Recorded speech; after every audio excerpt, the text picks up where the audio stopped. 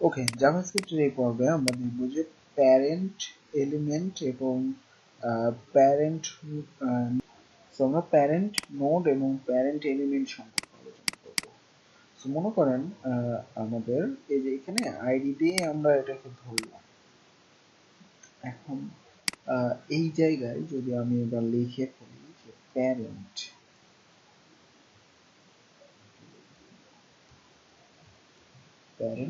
Node,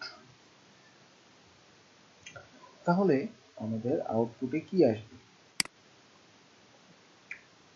আমাদের আউটপুটে দেখেন HTML body element object HTML body element এই কথাটা আসছে।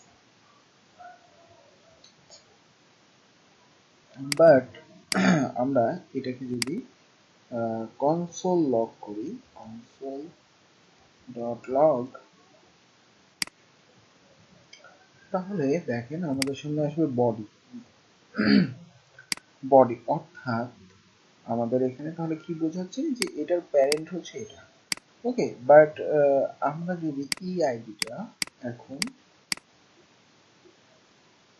কাট করে সাপোজ এই যে HTML এর মধ্যে যদি দিতাম তাহলে কি আসতো? HTML, তাহলে আমাদের মেইনলি আসতো এই যে দেখেন HTML ডকুমেন্ট আউটপুটে। ওকে, সো মেইনলি এটা হচ্ছে মেইনলি প্যারেন্ট নোড বের করার জন্য কোনো একটা কিছু। সো আমরা যদি এখানে লিখতাম এবার প্যারেন্ট এলিমেন্ট,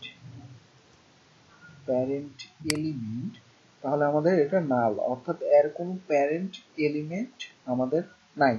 বাট আমরা যদি এইটা থেকে আবার এটাকে কাট করি জাস্ট আবার h2 এর মধ্যে আমি দিয়ে দিলাম, তখন কিন্তু আমাদের নোডে যে আসতেছিল সেটা আসবে।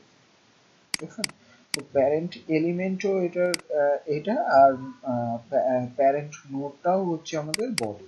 সো এটা মেইনলি হচ্ছে বের করা প্যারেন্ট নোড এবং হচ্ছে প্যারেন্ট এলিমেন্ট। ওকে,